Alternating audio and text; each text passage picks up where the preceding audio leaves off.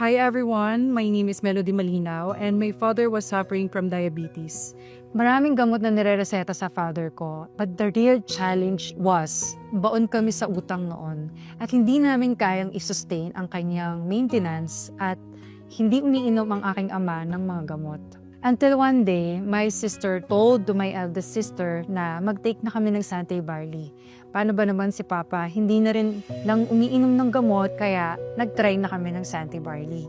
At first, tuda kami kasi hindi naman talaga kami big believer ng natural healing. But then, we tried. And through God's mercy, after 2 weeks, yung matagal niyang sugat sa paa na hindi na gumagaling ay gumaling na. Tsaka yung BP niya and blood sugar, lahat yun na normalized. My experience with Sante Barley has been life-changing.